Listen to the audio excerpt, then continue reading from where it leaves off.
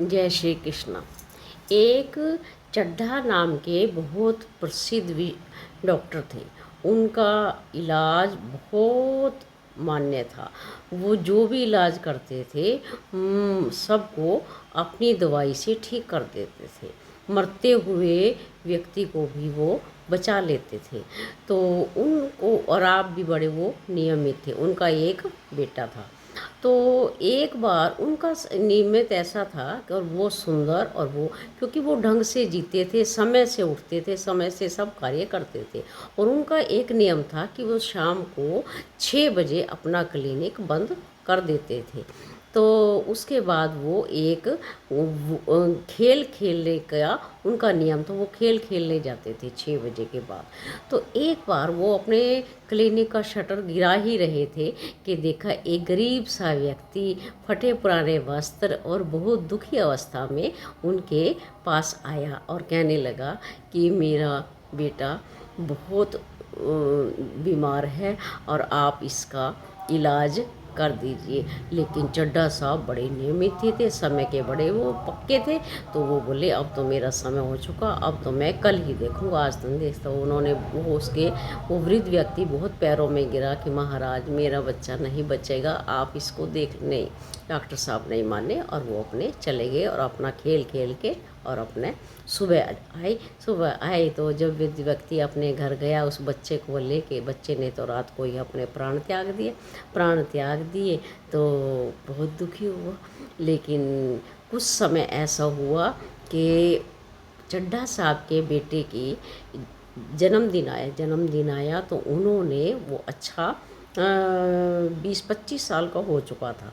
तो जन्मदिन पे उन्होंने उसकी बहुत बड़ी पार्टी रखी। तो कुछ ऐसा हुआ कि बच्चा उनका डॉक्टर साहब का बीमार पड़ गया और उसकी स्थिति बड़ी खराब हो गई। उधर वो जो वृद्ध व्यक्ति था वो जो उस बच्चे को बीमारी हुई उसमें वो एक कोई मंत्र जानता था। वो अपने मंत्र से उनको ठीक कर सकता था जो उस बच्चे को बीमारी हुई। तो उस डॉक्टर साहब को पता चला कि वो व्यक्ति ठीक करता है तो उसको बुलाया गया। लेकिन उस व्यक्ति को पता ही था कि ये वही डॉक्टर है जिसने मेरे बच्चे का इलाज नहीं किया। तो वो बोला भी मैं तो नहीं आ सकता। तो उसकी पत्नी ने प्रार्थना भी करी कि आप चले जाओ, लेकिन नहीं।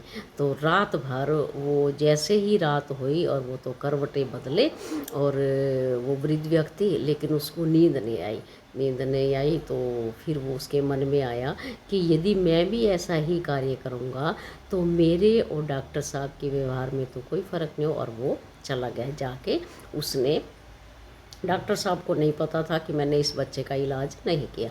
वो गए और जाके उसने उस बच्चे का जो भी उसको मंत्र आता था जैसे भी था उसको उस बीमारी से ठीक कर दिया। और ठीक करके और वो बच्चा तो अपने झाड़ फूँक से जो भी उपाय करना था और वो बच्चा उठकर बैठ गया।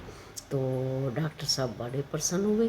तो कुछ थोड़ा सा हुआ फिर उन डॉक्टर साहब बोले मुझे ऐसा लगता है कि मैंने आपको कहीं देखा है।